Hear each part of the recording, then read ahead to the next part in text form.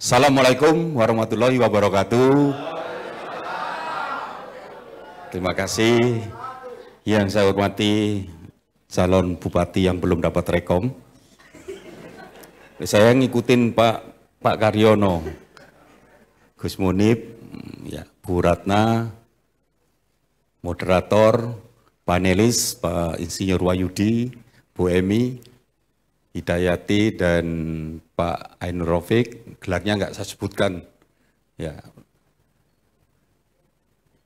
3 pengawal Pemda yang sering ketemu saya. Wah, ini mengerikan, walaupun belum ada rekom, tapi yang datang ini bukan main, menakutkan. Saya pikir hanya kita menyampaikan visi misi sederhana, tapi yang hadir justru panglima-panglima dari Pemda.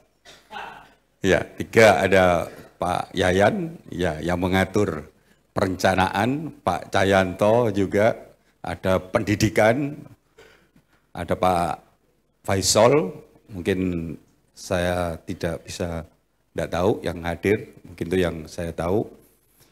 Yang saya hormati rekan-rekan ketua partai, baik ketua partai parlemen maupun non-parlemen, yang lengkap non-parlemennya ini begitu kompak, selalu hadir.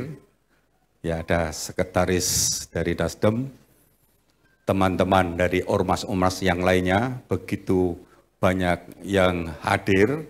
Ya, ini membuat saya juga gugup. Ada Pak Basir, senior saya di DPRD, ini menyampaikan visi atau pembantian calon bupati ini. Yang datang begitu hebat, ada seni Pak Eko.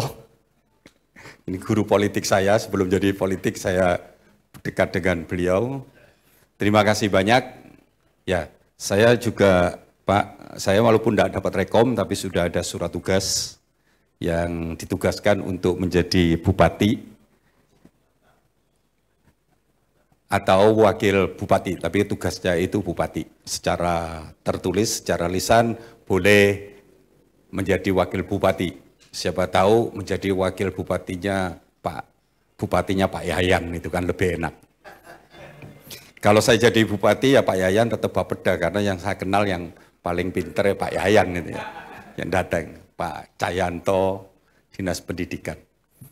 Ya, terima kasih. Saya sebagai bakal calon, saya nggak tahu nanti karena partai semua nanggung, semua 77. Saya kurang 3, Pak Basir saya runding, enggak mau apa belum ya.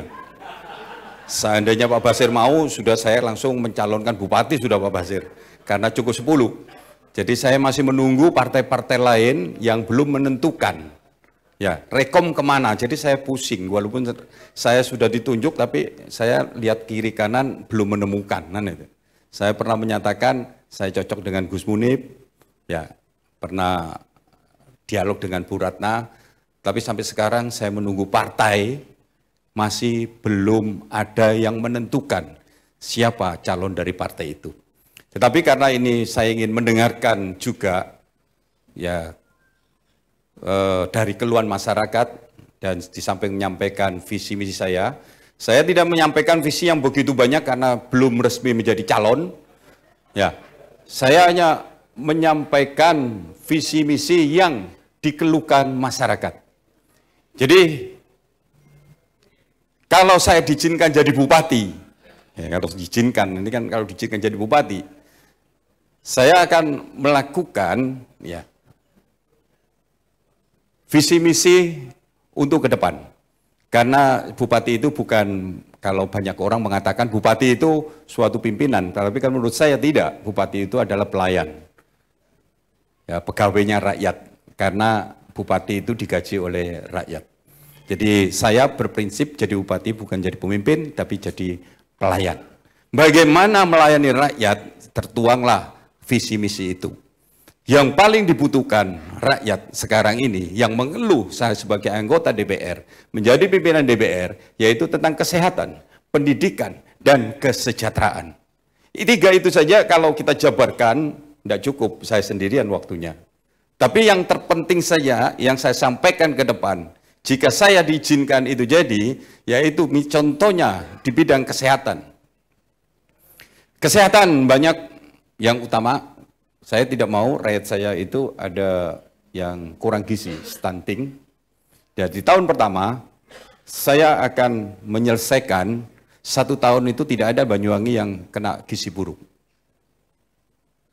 Bahkan apapun kalau Pak Yayan ngomong dananya tidak ada, gaji saya bupati saya berikan untuk menyelesaikan stunting itu Pak Yayan.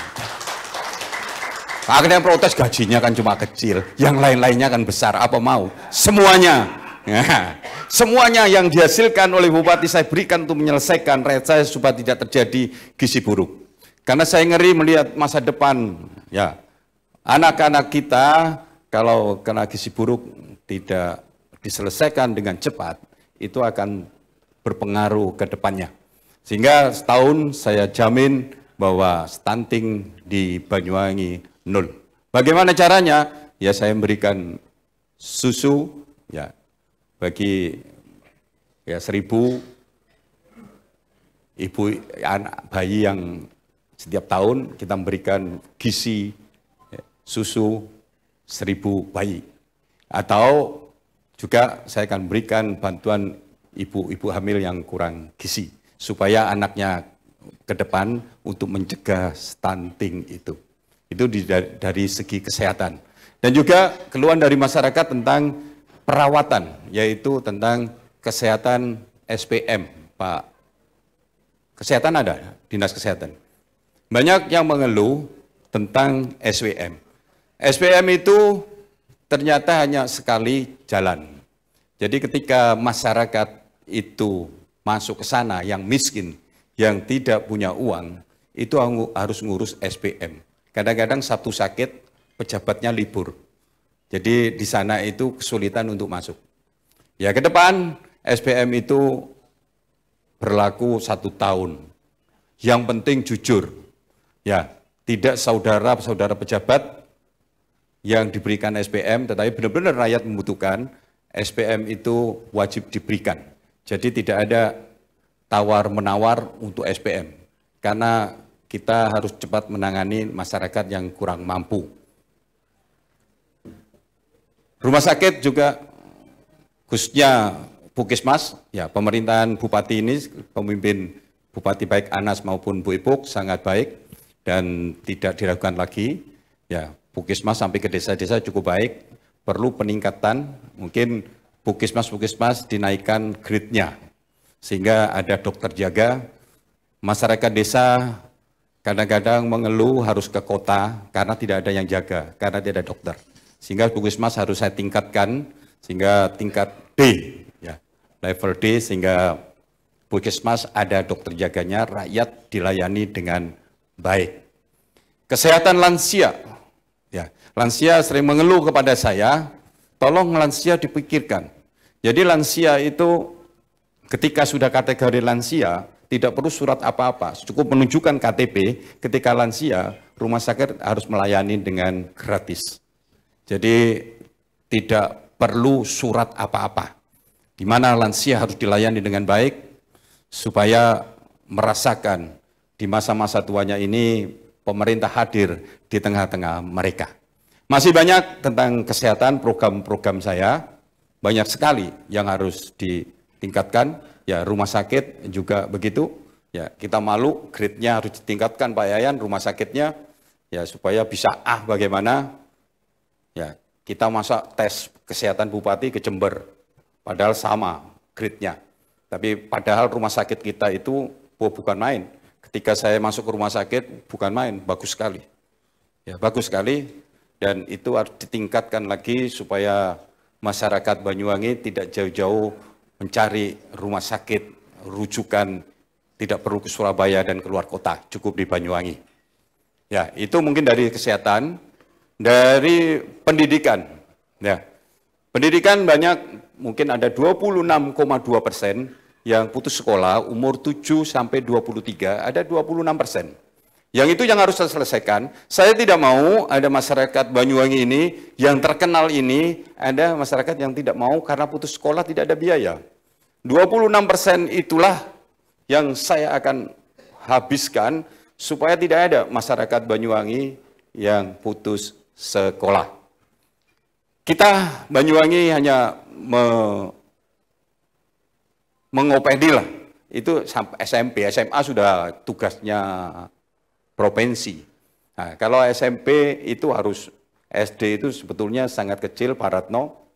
Jangan sampai ya masyarakat itu banyak keluhan-keluhan tentang iuran dan biaya-biaya sekolah yang tinggi. Akibat biaya yang tinggi itulah banyak masyarakat Banyuwangi yang tidak melanjutkan sekolah. Memang kadang-kadang kita melihat SPP itu sangat kecil, ya murah, tetapi biaya hidupnya. Nanti ya kita masuk program tentang kesejahteraan. Kita belum pendidikan. Saya mau menyelesaikan itu. Yang kedua, meningkatkan mutu. Ya, sekolah negeri di Banyuwangi ini, baik di pusat kota maupun di desa-desa, ya kita harus samakan. Jangan sampai di desa itu sekolah negerinya itu jelek. Ya, SMP yang di kota favorit bagus. Padahal yang sekolah favorit orang yang kaya-kaya saja, yang miskin tidak bisa masuk. Jadi kita harus tingkatkan kualitas mutu sekolahnya, baik itu fisiknya maupun kualitas sekolahnya. Kurang 2 menit? Ya nggak nutut Pak, belum kesejahteraan. Ya. Jadi saya percepat. Mengenai pembangunan juga harus tolong Pak. Pendidikan itu perlu tempat lokasi yang nyaman. Tidak takut dengan kerobohan-kerobohan genteng. Saya lihat masih banyak sekolah-sekolah yang rusak. Yang saya pernah kirim ke kepala dinas. Supaya itu tidak ada. Tidak ada itu sekolah-sekolah itu. Supaya masyarakat semua rata menikmati pendidikan itu. Secara gratis. Dan juga meningkatkan kualitas guru-guru. Guru-guru juga begitu. Harus tingkatkan supaya bisa menjadi sekolah yang handal. Disekolahkan guru-gurunya. Saya nggak tahu apa ada program itu Pak, guru-guru disekolahkan supaya bisa sistem sekolahnya itu baik. Meningkatkan kualitas guru-guru. Dan juga masih banyak lagi tentang pendidikan. Ya karena 2 menit, 1 menit tentang kesejahteraan. Kesejahteraan saya juga karena fokus tentang kesejahteraan, ya karena yang saya punyai, handalkan itu bagaimana rakyat Banyuwangi itu ada kesejahteraan. Karena yang dibutuhkan rakyat itu sejahtera. Itu kuncinya sebetulnya. Ketika rakyat kesejahteraan, pendidikan itu kecil, kesehatan kecil. Itulah yang berat, kita harus sama-sama, semua ya pejabat-pejabat harus bekerja sama untuk memikirkan rakyat ke arah sana. Dan itu saya punya. Nanti ketika saya menjadi calon yang resmi, saya akan ungkapkan kepada semuanya, kepada masyarakat program saya. Karena ini waktunya sangat mepet, ya itu nanti perlu, karena saya ingin mendengarkan suara-suara rakyat. Silakan, ya masyarakat itu tanya, saya bisa menjawab. Mungkin itu saja, terima kasih. Saya mohon maaf jika ada hal yang kurang berkenan. Saya ini, wassalamualaikum warahmatullahi wabarakatuh.